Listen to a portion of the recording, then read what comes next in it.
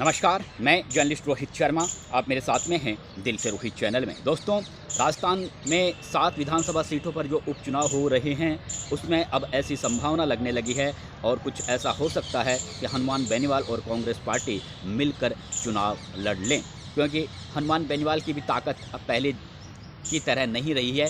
कई पार्टी के नेता पार्टी छोड़कर जा चुके हैं, उनके पास में अब वो टीम नहीं है। वो इकलौते ऐसे नेता हैं जो चारों तरफ अपनी पार्टी का चुनाव प्रचार करते हुए दिखते हैं। हालांकि उनके साथ में अभी भी युवाओं की एक बड़ी फौज है, लेकिन जहां तक आपको पता है कि जिस तरह से यहाँ पर पिछला जो विधानसभा चुनाव हुआ था, काफ़ी कांटे की टक्कर में वो जीते थे और इसलिए अब उन्हें ऐसा लगता है कि कहीं ना कहीं एक बार फिर से कांग्रेस पार्टी के सपोर्ट से ही वो खींवसर सीट को अपने कब्जे में रख सकते हैं। इसलिए ऐसी जो अभी कुछ दिन पहले कांग्रेस पार्टी के नेता और हनुमान बेनीवाल के जो सुर हुआ करते थे, बयान हुआ करते थे, आपस में विरोधाभास जैसे बयान होते थे, लेकिन अब उन बयानों में काफ़ी प्रेम मोहब्बत सी नज़र आने लगी है। तो ऐसा माना जा रहा है कि हनुमान बेनीवाल और कांग्रेस पार्टी विधानसभा उपचुनाव साथ मिलकर लड़ सकते हैं और खींवसर में हनुमान बेनीवाल कांग्रेस पार्टी के सपोर्ट पर चुनाव लड़ सकते हैं। लेकिन ऐसा कहा जा रहा है कि देवली उनियारा में भी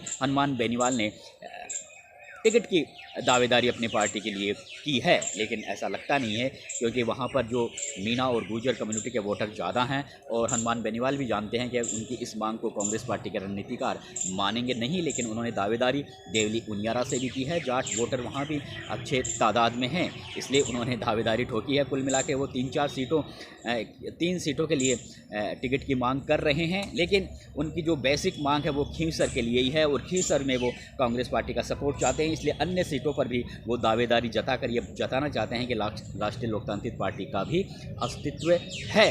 राजस्थान में हम भी दम रखते हैं टिकट मांगने की, लेकिन देवली उनियारा में वो खुद भी जानते हैं कि कांग्रेस पार्टी उन्हें टिकट देने के लिए तैयार नहीं होगी। लेकिन अब जब जिस तरह की चर्चा हो रही है, उससे निश्चित रूप से एक बार फिर से कांग्रेस पार्टी के सामने यहाँ पर दावेदारों की तलाश में मंथन वहाँ पर जरूर हो रहा है। कई दिग्गज दावेदार हैं। अब तक मीणा समाज के व्यक्ति को ही यहाँ पर टिकट देती रही हैं और 4 चुनाव हुए हैं, उसमें 3 बार कांग्रेस पार्टी के मीणा समाज के व्यक्ति ही चुनाव जीते हैं। 2 बार हरीश मीणा जो अब सांसद बन गए हैं टोंक सवाई माधोपुर से, 1 बार रामनारायण मीणा और 1 बार राजेंद्र गुर्जर भाजपा के यहाँ से चुनाव जीते हैं। लेकिन इस बार टिकट की दावेदारी में जैसे पहले कहा जा रहा था कि प्रहलाद गुंजल को यहाँ से चुनाव मैदान में उतारा जा सकता है, बहुत पहले कहा जा रहा था, लेकिन अब प्रहलाद गुंजल यहाँ से पीछे हट गए हैं। उन्होंने शुरू से ही, हालांकि वो अब ये कहते रहे हैं कि मैंने शुरू से ही अपनी टिकट की यहाँ से मांग नहीं की, मैं चाहता हूँ कि नरेश मीणा को पार्टी टिकट दे। उन्हें थोड़ा वो एक कांग्रेस पार्टी की आने वाले समय में एक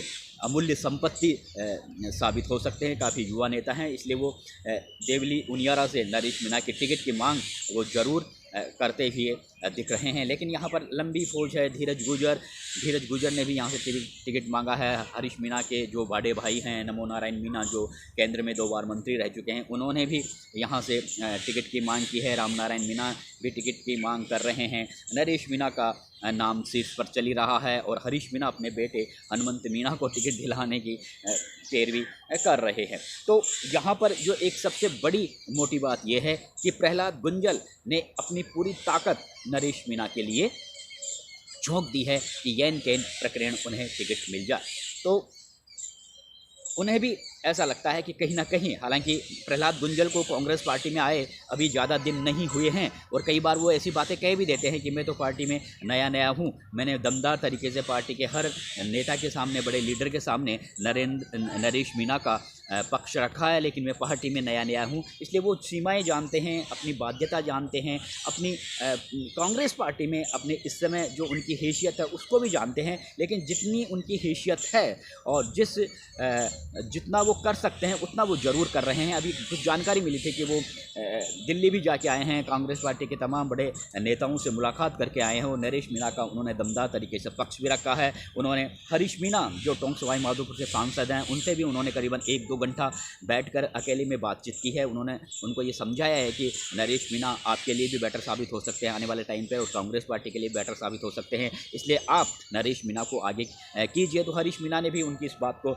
गंभीरता से सुना है। देखिए, प्रहलाद गुंजल, हनुमान बेनीवाल, डॉक्टर कुलाल मीणा, सचिन पायलट जैसे नेता ऐसे हैं जिनका राजस्थान की राजनीति में ज़बरदस्त वर्चस्व रहता है और ये पार्टी के कार्यकर्ताओं के लिए जी जान से लगे रहते हैं। और पार्टी के कार्यकर्ता या आमजन अगर आधी रात में भी आकर उनका कोई दरवाज़ा खटखटाता है तो वो उनसे मुलाकात करते हैं, उनकी समस्याओं का निवारण करने का प्रयास करते हैं। उन्हीं नेताओं में से प्रहलाद गुंजल है और प्रहलाद गुंजल ये भी जानते हैं कि नरेश मीणा अब से नहीं बल्कि कई सालों से उनके साथ में जुटे हुए हैं। जब वो भारतीय जनता पार्टी में थे तब भी उन्हें उनके साथ में उनके व्यक्तिगत ताल्लुकात थे और ज़रूरत पड़ने पर उनकी राजनीतिक मदद भी किया करते थे। एक दूसरे से उनका बहुत अच्छा रिलेशन है। राम लक्ष्मण जैसे उन्होंने लोकसभा चुनावों में भी चुनाव प्रचार के दौरान नरेश मीणा ने कहा था कि प्रहलाद गुंजल राम जैसे हैं और हम राम लक्ष्मण मिलकर यहाँ पर लंका जो रावण की लंका को तहस नहस कर देंगे। जब ओम बिरला भाजपा के प्रत्याशी थे और कांग्रेस पार्टी के प्रत्याशी प्रहलाद गुंजल थे, तो इन दोनों के बीच में बहुत अच्छा राजनीतिक ताल्लुकात है।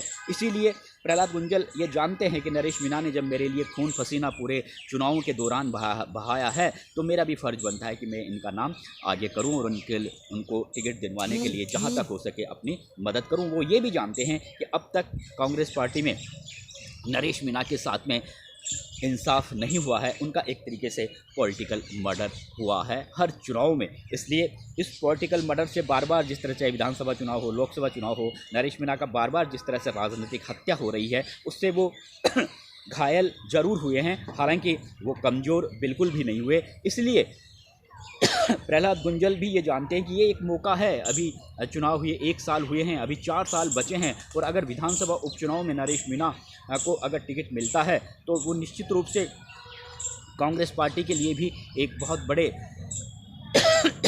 नेता आने वाले समय में उभर कर सामने आएंगे। इसलिए यही वजह है कि वो कई नेताओं से दिल्ली में मिल चुके हैं नरेश मीणा के लिए। और कहा जा रहा है कि जिस तरह से जब लक्ष्मण भगवान राम ने जब रावण के खिलाफ युद्ध का ऐलान किया था और जब लक्ष्मण के बाण लग गया था और वो घायल हो गए थे तो उस समय संजीवनी लेने के लिए हनुमान जी को भगवान राम ने भेजा था। तो प्रहलाद गुंजल ये जानते हैं कि नरेश मीणा का जिस तरह से बार बार पॉलिटिकल मर्डर हुआ है तो वो एक तरीके से अंदर से पूरी तरह से टूट चुके हैं।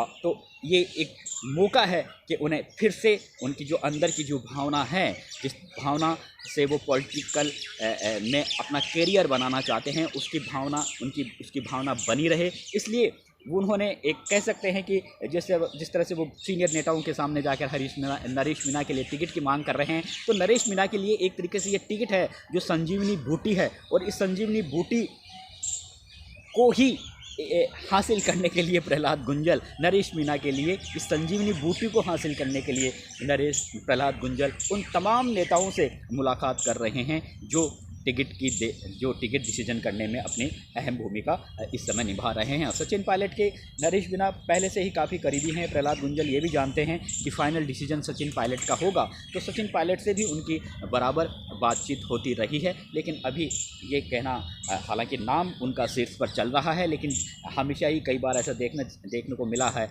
कि जो होता है वो राजनीति में अक्सर ऐसा होता है कि जो दिखता है वो होता नहीं और जो होता है वो दिखता नहीं। अब अंदर क्या खिचड़ी पक रही है। हरीश मीणा जिस तरह से वर्तमान में वो सांसद हैं, 2 बार के विधायक हैं, तो हनुमंत मीणा का वहाँ पर नाम चल रहा है। लेकिन वहाँ पर देवली उनियारा में एक जो सर्वे है, अंदरूनी जो सर्वे रिपोर्ट है, उसमें भी नरेश मीणा काफ़ी अच्छे नंबर पर हैं। इसीलिए प्रहलाद गुंजल जहाँ भी जाते हैं वो यही बात कहते हैं कि यहाँ पर एक दमदार और एक जिताऊ उम्मीदवार है नरेश मीणा।